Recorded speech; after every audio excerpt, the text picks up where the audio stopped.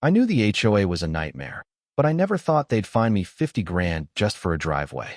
When I first opened the letter, I thought it was a joke, a $50,000 fine for non-compliant driveway material.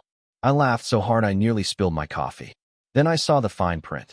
Failure to pay within 30 days would result in legal action and possible foreclosure. That's when it hit me. This wasn't a joke. It was a full-blown declaration of war. It wasn't like I had installed a rocket launch pad in front of my house. It was just a simple, smooth concrete driveway. But according to the HOA, only approved paver stones were allowed, which just happened to be sold by Martha Sullivan's brother's company. Martha, of course, was the HOA president, the same woman who once fined a guy for having a garden gnome that disrupted neighborhood aesthetics. I stormed out of my house, HOA letter in hand, and marched straight to her place. Her front yard looked like something out of a luxury magazine. Perfectly trimmed hedges, a fountain with actual koi fish, and a flag that read, HOA rules keep us safe. As if that wasn't the most terrifying thing ever. Martha answered the door with her usual smug smile, the kind that made you want to throw a pie at her face. "Ah, Jake, I was just about to call you," she said in a tone that suggested she had been waiting all day for me to come groveling. "I assume you got our notice?" I held up the letter. "Tell me this is a typo." She shook her head with the kind of fake sympathy only HOA presidents and corporate customer service reps have mastered. "Oh, I wish it was, but rules are rules. You should have used the HOA-approved driveway material." "Martha, I bought this house with a concrete driveway already in place. Are you saying it was fine before, and suddenly now it's illegal?" She let out a light chuckle, like I was some adorable idiot trying to understand quantum physics. "Oh, Jake, the rules evolve to maintain property values. We can't allow inconsistencies in the neighborhood." I glanced at her own driveway. It was plain concrete. "What about yours?" I asked. "Oh, mine is grandfathered in," she said, waving dismissively. "But don't worry, you can always replace your driveway with the correct material. My brother's company offers great financing." I clenched my jaw so hard I thought I might chip a tooth. "I am not paying 50 grand for a driveway I already own." She shrugged. "Then you'll be in violation, and we all know where that leads." I did. Martha had run off at least 3 other homeowners in the past year. First, it was a retired couple who got fined into foreclosure because their front door was the wrong shade of blue. Then there was the guy who dared to install a basketball hoop for his kids. The worst one was a woman in her 70s who lost her house because she planted the wrong type of flowers. Martha saw me staring and smiled. "You still have time to make the right decision, Jake." I went home fuming. I could either pay the fine and accept this ridiculous dictatorship, or I could fight back. And I had no idea just how dirty the HOA was willing to play. The next morning, I woke up to find a notice taped to my garage. It wasn't just about the driveway anymore. Suddenly, I was being fined for excessive grass height, even though my lawn was freshly mowed. Then, 2 days later, another violation, improper trash can placement. Every time I blinked, another fine appeared. I checked my bank's website, thinking maybe I could take out a loan to deal with this nightmare. But guess what? The HOA had alerted the bank about my property violations, making it impossible for me to refinance. Martha wasn't just enforcing rules. She was systematically cutting off every escape route. I tried rallying my neighbors, but most of them just looked away when I brought it up. Some whispered about what happened to the last guy who fought back. His car got towed 3 times in 1 week, his mailbox mysteriously disappeared, and then the HOA raised his dues so high he had to sell his house. I was officially public enemy number 1. One evening, as I was sipping a beer on my porch and contemplating my next move, my college buddy Michael called. He was a real estate investor, the kind of guy who knew every loophole in the book. After I told him the story, there was a long pause. Then he laughed. "Bro," he said, "if they're playing dirty, why don't you just buy them out?" I frowned. "What do you mean?" "Check property records," Michael said. "Most HOAs don't own the land they operate on. The streets, sidewalks, they're usually owned by a separate entity. If you can buy that land, you could turn the tables on them." I thought he was crazy, but later that night, I poured myself another drink, logged into the county records, and started digging. And what I found changed everything. Martha and her minions had been running the HOA like their personal kingdom, but the actual land under the HOA's jurisdiction, the streets, the sidewalks, even the common areas, was owned by a struggling development company that was deep in debt. And they were desperate to sell. The price? Less than my fine. I stared at the numbers, heart pounding. Martha thought she had me cornered. She thought she could bully me, fine me into submission, and run me out of my own home. But she had no idea that I was about to buy the entire street out from under her. The moment I realized I could buy the land beneath the HOA, I felt something I hadn't in weeks. Power. Real tangible power. Martha had been playing a rigged game, stacking the deck against me, but she never expected me to find a back door that led straight to the throne. I wasn't just going to fight back. I was going to win. But first, I had to survive. The very next morning, I received another violation notice. This one was for an unauthorized mailbox. I stared at it in disbelief. My mailbox had been there for years, untouched, unbothered. Now, suddenly, it was a problem. I wasn't stupid. Martha knew I was resisting, and this was her way of tightening the screws. Ignoring the notice, I decided to get some legal advice. I called up a local attorney, a no-nonsense guy named Phil who had handled HOA disputes before. When I explained my situation, he let out a heavy sigh, the kind that told me I wasn't the first person to get steamrolled by a power-hungry HOA. They've got the system in their pocket, he said. Most HOA bylaws are written to be deliberately vague, and the fines, they can pile them up so fast you drown before you even get to court. I didn't like where this was going. So what do? Can we fight them? Oh, we can fight, Phil said, but it won't be cheap. They'll stretch this out in court, and you'll spend more on legal fees than what they're fining you for. I leaned back in my chair, frustration mounting. So what's the alternative? Phil paused, then chuckled. Honestly, move. I felt a flash of anger. That was exactly what Martha wanted. I wasn't going to give her the satisfaction. Not an option, I said. What if I told you I found a way to buy the land under the HOA? The silence stretched long enough that I thought the call had dropped. Then Phil spoke, his tone shifting from tired resignation to something much more interested. You've got my attention. I laid it out for him. The property records, the struggling development company, the fact that the streets, sidewalks, and common areas weren't technically owned by the HOA, but by a private entity. And most importantly, the fact that this entity was willing to sell. Phil whistled. That's wow. That's a hell of a loophole. So if I do this, what happens? I asked. Do I get to make the rules? Oh, more than that, he said. If you own the land, you control access, which means you can revoke the HOA's authority over it. I felt a surge of excitement. So I could basically shut them down? If you play it right, he confirmed. But they won't go down easy. I already knew that. Martha wasn't the type to roll over. If she even suspected what I was up to, she'd throw everything she had at stopping me, which meant I had to move fast. The next hurdle was money. Even though the land was selling for less than my fine, it wasn't pocket change. I reached out to Michael, my real estate friend, and pitched him the idea. He was instantly on board. This is diabolical, he said, laughing. I love it. We worked out a deal. Michael would put up part of the money as an investment, and in return, we'd find a way to turn the land profitable later. Maybe charge the HOA a ridiculous fee just to use their own sidewalks? The possibilities were endless. With financing secured, I reached out to the development company and made an official offer. They were more than happy to offload the property. Within days, we were deep into negotiations. That's when the HOA struck back. I woke up one morning to find my car had been towed, not for illegal parking, not for blocking a driveway, but for violating neighborhood vehicle standards. When I demanded an explanation, I was told that the HOA had recently enacted a rule requiring all vehicles to be aesthetically in line with community values. Apparently, my perfectly normal, slightly dusty truck didn't make the cut. It was infuriating, but it was also confirmation.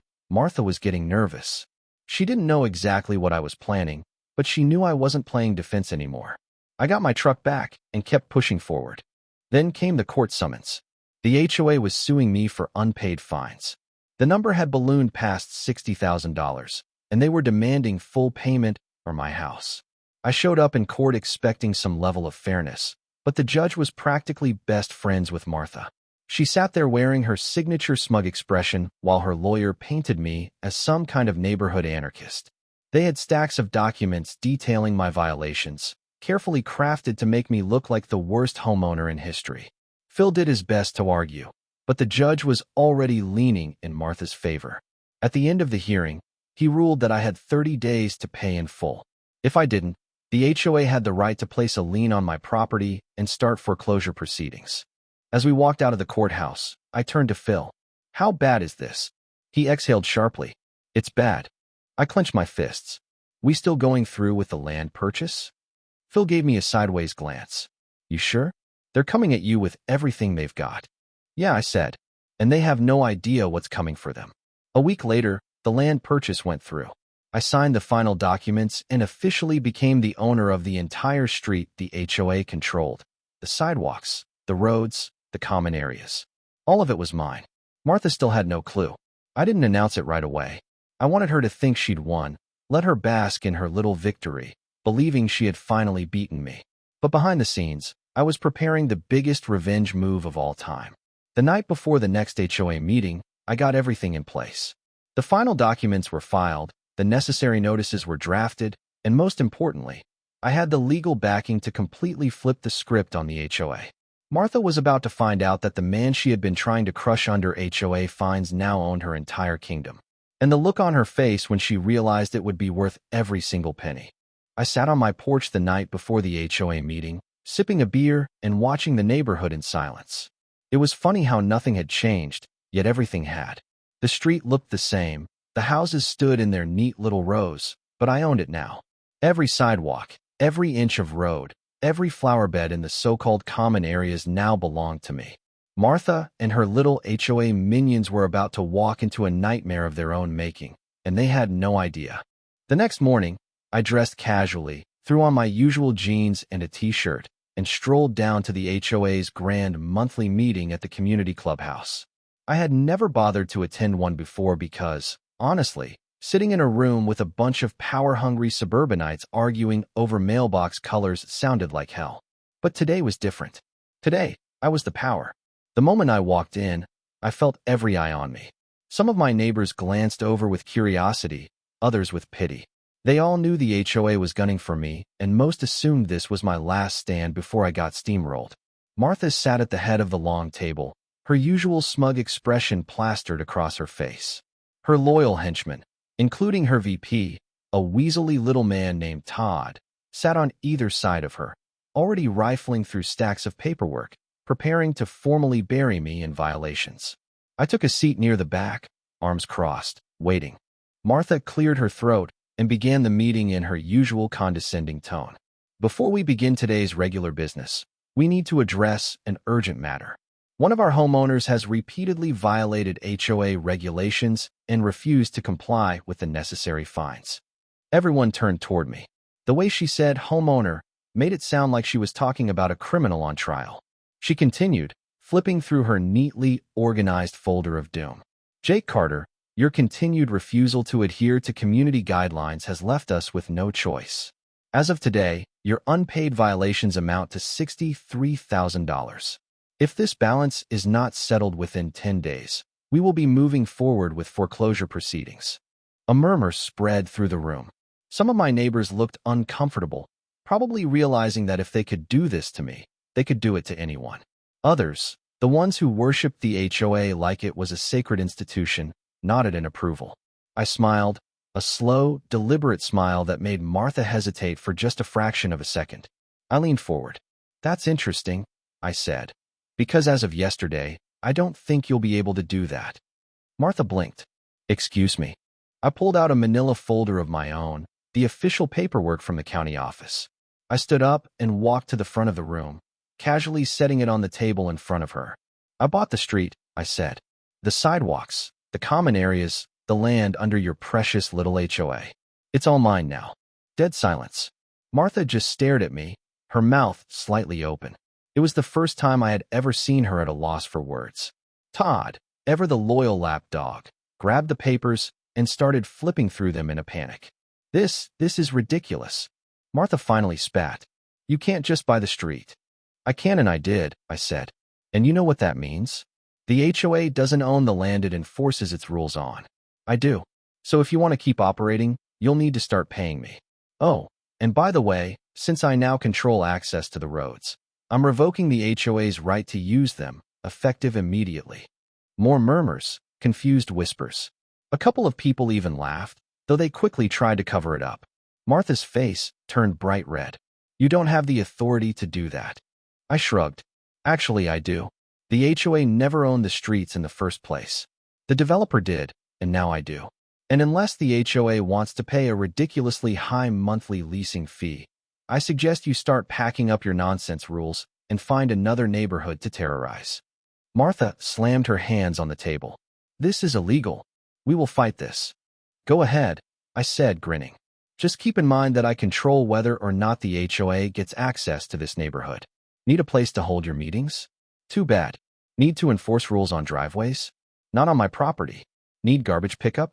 Well, you might want to start investing in some trash bags because the city requires my permission for waste removal trucks to use these roads. The realization dawned on her face. Pure, unfiltered horror. She had spent years using ridiculous technicalities to fine people into submission, and now she was on the other side of the table.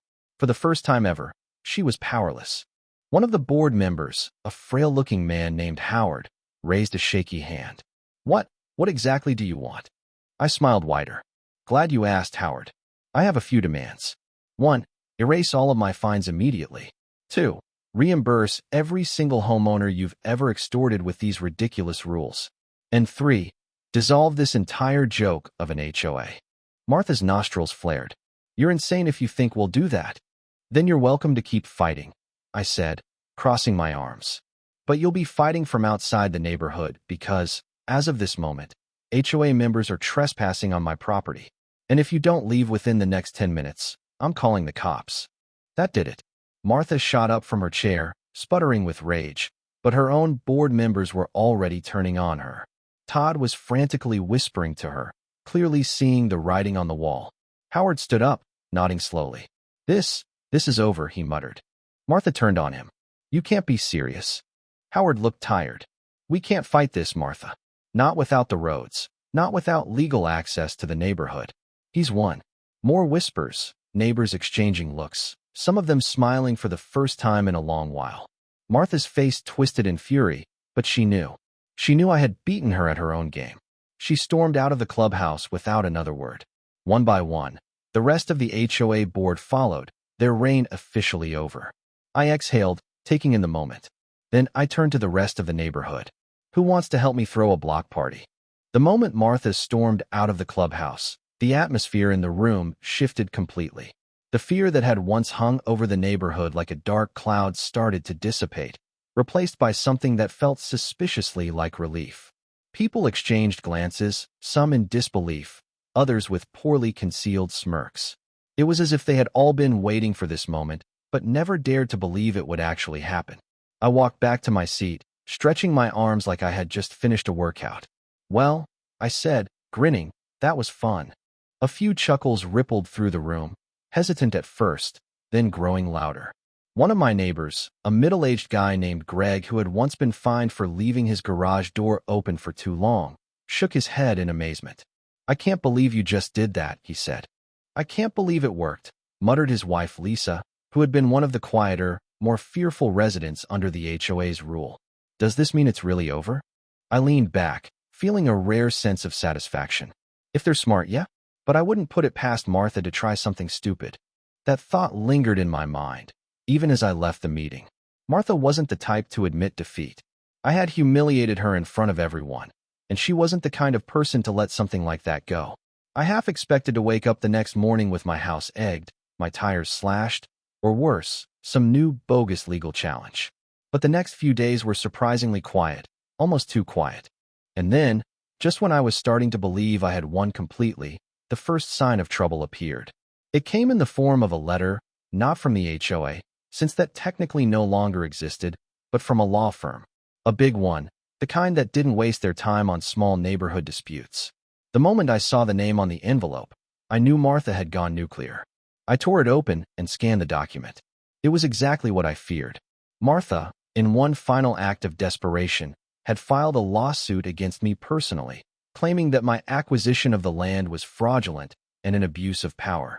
She was trying to get the court to force me to sell the roads back to the HOA, an HOA that, as far as I was concerned, no longer even existed. I let out a slow breath, rubbing my temple. Of course, she wasn't going to walk away quietly. That just wasn't her style. I called Phil immediately. He wasn't surprised. In fact, he actually sounded excited. I was wondering when she'd pull something like this, he said. She can't stand losing. Is this something I should be worried about? I asked. Phil hesitated for a second. Not really. It's a long shot. She doesn't have any legal ground to stand on. You bought the land fair and square. But if she throws enough money at the right lawyers, she might be able to drag this out for months, maybe even years. That was exactly what I didn't want. I had beaten the HOA, but I didn't want to be stuck in an endless legal battle. I had better things to do than waste my life fighting a bitter woman who couldn't handle losing. What do we do? I asked. Phil chuckled. Simple. We fight fire with fire. The next day, I filed my own lawsuit. If Martha wanted a legal battle, I was going to make sure she regretted it. My claim was simple. She had abused her power as HOA president for personal gain, using shady fines and under-the-table deals to extort homeowners. I had proof. The ridiculous violations, the money trail leading back to her brother's company, even witness testimonies from neighbors who had suffered under her rule. It didn't take long for news of the legal war to spread through the neighborhood. People who had once been afraid of the HOA suddenly found their voices. Martha had ruled through fear, but now that fear was gone, I had exposed her for what she really was. A bully who had finally picked the wrong fight. The best part? The media caught wind of it. A local news station picked up the story, running a segment titled, "Homeowner Turns the Tables on Power-Hungry HOA President." It went viral almost overnight. Reporters started showing up in the neighborhood, eager to get interviews with residents. Martha, who had once strutted around the community like a queen, now hid in her house, refusing to speak to anyone. And then, finally, the last nail in the coffin. I got a call from Phil one morning, and his voice was practically giddy. "You're not going to believe this," he said. "Martha's backing down." I blinked. "What?" "She's trying to settle," he said. "Her lawyers must have finally convinced her that she doesn't have a case. She's offering to drop her lawsuit if you drop yours." I laughed, shaking my head. "And why would I do that?" Phil chuckled. "That's what I told her lawyers." The final meeting was held in a neutral conference room downtown. Martha was there, but she barely spoke. Her once flawless composure was gone, replaced by exhaustion. She looked smaller somehow, like she had finally realized that she wasn't in control anymore. Her lawyer did most of the talking. "Ms. Sullivan is willing to withdraw her claims in exchange for an agreement that you will not pursue further legal action against her." I leaned back in my chair, glancing at Phil, who smirked. Then I turned my attention back to Martha. "You spent years making people's lives miserable," I said, my voice calm but firm. "You tried to ruin me. You almost succeeded." Martha stared at the table, saying nothing. "I should take you for everything you've got," I continued. "But I'm not you." I slid a document across the table. "You drop everything. I keep the land. The HOA stays dissolved. And you agree to never, ever hold any leadership position in this neighborhood again." Martha's lips tightened, but she nodded. She didn't have a choice. She signed the papers. It was over. The neighborhood changed overnight. People started decorating their houses however they wanted. Greg finally put up the basketball hoop for his kids. Lisa planted a whole new garden without worrying about approved flower colors. The air just felt different, lighter, freer. And me? I threw a massive block party. Everyone came, even people who had never dared to go against the HOA before. Music blasted, kids ran through the streets, and for the first time in years, the neighborhood actually felt like a community. At some point, Greg walked over and clapped me on the back. "So what's next?" he asked. I grinned. I was thinking about buying the street in the next neighborhood over. He laughed, but when he saw my face, he stopped. "Wait, you're serious?" I raised my beer and smirked. "Let's just say I like keeping my options open." The block party was still going strong when I stepped away for a moment just to take it all in. The street was alive with laughter, music, and the unmistakable hum of people finally feeling free. Kids were racing down the sidewalks on scooters, something that would have earned their parents an HOA violation just a week ago. Someone had even set up a massive barbecue grill in the middle of the street, the smell of burgers and ribs filling the air. For years, this neighborhood had been under a dictatorship, controlled by a group of power-hungry busybodies who cared more about the color of someone's mailbox than the people living behind it. But now it was ours. No more fines, no more ridiculous rules, Just neighbors actually enjoying their homes instead of tiptoeing around invisible landmines of HOA nonsense. Greg walked up to me, holding a beer in one hand and a plate of ribs in the other. "You know, I still can't believe you pulled this off," he said, shaking his head in admiration. "I mean, buying the street? That was some next-level thinking." I smirked, taking a sip of my drink. Desperate times call for desperate measures. Martha pushed me into a corner, so I figured I'd just remove the whole corner. Greg chuckled, but then his expression turned serious. "You think she's really gone for good?" I exhaled, glancing around. Martha had kept a low profile ever since she had signed the settlement. No one had seen her outside.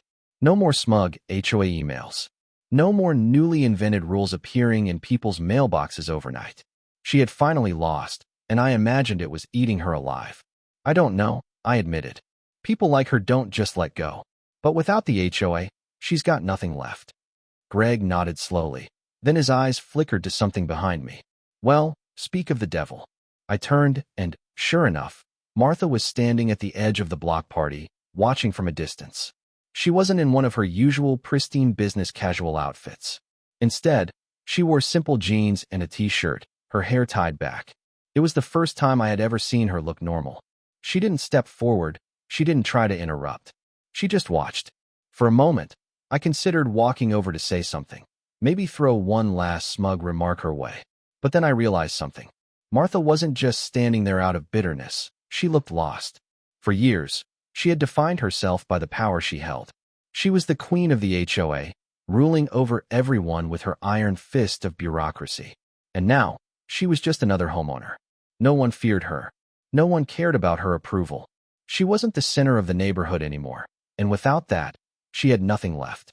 She must have realized I was looking at her because she quickly turned and walked away, disappearing down the street toward her house. I didn't chase after her. She had made her choice. The next morning, I woke up to a surprising development. A knock on my door brought me face to face with Howard, the former HOA board member who had been one of the first to turn on Martha when everything fell apart. "Morning, Jake," he said, offering a hesitant smile. "Howard," I said, crossing my arms. "What brings you by?" He cleared his throat, looking slightly embarrassed. "Well, a few of us have been talking. Now that the HOA is gone, some folks are worried about, structure. You know, keeping things organized, making sure the neighborhood stays nice." I raised an eyebrow. "Are you asking me to start another HOA?" Howard waved his hands quickly. No, nothing like that. More of a neighborhood committee. Just, to handle things like community events. Maybe keep a shared fund for repairs on the street, things like that. Strictly voluntary." I stared at him for a long moment. It was ironic, really. The whole reason I had gone to war with the HOA was because it had started as something small and helpful and turned into a nightmare. Now here was Howard, unknowingly walking down the same path. "I'll think about it," I finally said. "But if this turns into HOA 2.0, I'm burning it to the ground before it starts." Howard laughed nervously, nodding. "Fair enough." As the days passed, the neighborhood adjusted to its newfound freedom. Some people repainted their houses, finally using colors they actually liked instead of the dull, HOA-approved shades. Others put up decorations, garden gnomes, wind chimes, all the little things that had once been forbidden. But the most noticeable change was how people actually started talking to each other. Before, everyone had kept their heads down, afraid of being reported for something as small as leaving a garbage bin out for too long. Now, neighbors stopped to chat, helped each other with yard work, shared tools, and looked out for one another. The fear was gone, and in its place, something better had grown. Then came the final twist. One afternoon, I got a call from Michael, my real estate buddy. "Hey, remember when you joked about buying the street in the next neighborhood over?" he said. I frowned. "Yeah, why?" "Well, you might want to check the local listings," he said, amusement clear in his voice. "Because there's another HOA-run street for sale, and I think you'll recognize the name." Curious, I pulled up the online real estate database. Sure enough, there it was. A different neighborhood, just a few blocks over, was now in the same situation mine had been in. The developer still technically owned the streets, and they were willing to sell. But the part that made me laugh the hardest? Martha had moved there. I could already imagine the look on her face if I bought her new street, effectively putting her under my control again. I grinned. "Michael," I said, Let's make an offer. The moment I saw the listing for the street in Martha's new neighborhood, I knew exactly what I had to do. The thought of her trying to start over, probably already working her way into the HOA board over there only to find out that I was now her landlord, it was too perfect to pass up. I called Michael back immediately and told him to put in the offer. Unlike last time, I didn't need to scramble for financing. Thanks to the settlement money and the fact that I had flipped my own street's ownership for a solid profit, I had enough cash to move fast. Within days, I had secured the purchase. And just like that, Martha's nightmare was back. I didn't make any official announcements. No emails, no community meetings, no dramatic confrontations. I wanted her to discover it the way I had discovered my fine for the driveway. Slowly, painfully, and completely out of her control. It only took about a week. One morning, my phone buzzed with a message from an unknown number. I didn't need to see the name to know who it was. "You have got to be kidding me." I smirked, texting back a simple response. "Welcome home, Martha." Less than an hour later, she was at my doorstep. She didn't even knock, just stood there, arms crossed, fuming. "This is harassment," she snapped the moment I opened the door. "Harassment?" I echoed, feigning confusion. "I just bought some property. Isn't that the American dream?" "You didn't buy some property," she spat. "You bought the entire street I live on just to mess with me." I tilted my head, pretending to think about it. "You know, it's funny. When the HOA fined me into oblivion for a driveway I already had, I was told rules are rules. But when the rules don't work in your favor, suddenly it's a problem." Martha's face was practically twitching. "You can't do this." "I can and I did," I said with a shrug. "And let's be honest, Martha, I think we both know what happens next. You're probably already trying to squeeze your way onto that HOA board, making up new rules, maybe even working on some ridiculous new fines. But here's the thing. None of that matters now because I own the street." Her lips pressed into a thin line, but she didn't argue. She knew I was right. I leaned against the door frame, enjoying every second of this. "So, I figured I'd make things easy for you this time. I won't be unreasonable. Just a small monthly access fee for anyone who wants to use the road." Martha let out a sharp, humorless laugh. "You can't charge people for using public roads." I grinned. "These aren't public roads. They're private. My private roads. Just like last time." Her face turned an impressive shade of red. "Oh, and before you try any legal loopholes," I continued, "I had my lawyer draft everything airtight this time. No lawsuits, no complaints. Just simple business. If people want to keep using the road, they pay. If not, well, I guess they can try building their own street." For the first time in our long war, Martha had nothing to say. I almost felt bad for her. Almost. Instead of arguing, she spun on her heel and stormed back down the driveway. I watched her leave, knowing this wasn't the last I'd hear from her. Sure enough, the very next day, I started getting emails from residents of her new neighborhood. Some were furious, others confused, but most of them wanted to know one thing. Was I another HOA nightmare? I reassured them that I had zero interest in running an HOA. All I wanted was to be paid for the land I legally owned. A few residents fought back, of course. There were always people who couldn't handle change, even when it was fair. But something interesting started to happen. A lot of them didn't actually like their HOA. As word spread about how I had taken down Martha in our old neighborhood, people started reaching out. A few even wanted to know how they could dissolve their own HOA now that they realized they'd been paying a pointless organization while a private owner actually owned the land beneath them. Within 2 months, Martha's new HOA was collapsing from the inside. The board was in chaos, residents were questioning where their dues had been going, and the rules they had once accepted as law were now under intense scrutiny. It was poetic. Martha wasn't just losing power, she was losing it the exact same way she had built it, through fine print, loopholes, and sheer stubborn persistence. Then, the inevitable happened. One day, a for sale sign appeared in Martha's yard. I couldn't help myself. I walked over just as she was loading a box into her car. "You running away?" I asked casually. She shot me a glare that could have melted steel. "I'm moving to a place with a real HOA. A real community." I grinned. "You mean a place where you can be in charge?" She didn't answer, just slammed her car door and drove off without another word. And just like that, she was gone. The aftermath was surprisingly peaceful. Without Martha stirring up trouble, her old HOA crumbled. The people left behind in her neighborhood weren't particularly upset about my ownership of the street anymore. In fact, a few thanked me for stopping another dictatorship from forming. For the first time in years, I felt like I could just relax. No more HOA nonsense. No more legal battles. No more pointless fights. One evening, Greg and a few other neighbors from my original neighborhood came over for a beer. "So what's next?" Greg asked, nudging me with a grin. I took a sip of my drink, pretending to think about it. "Well," I said, "I did hear about this really nice little gated community a few miles from here. Apparently, they've got a pretty strict HOA." Greg's eyes widened. "No, no way." I smirked. "What?" "Just saying, it might be fun to shake things up again." Greg burst out laughing, shaking his head. "You're a menace." I raised my bottle in a toast. To freedom from HOAs. The others clinked their drinks with mine, and for the first time since this whole mess began, I felt a real sense of victory. Maybe I was done with HOAs for good.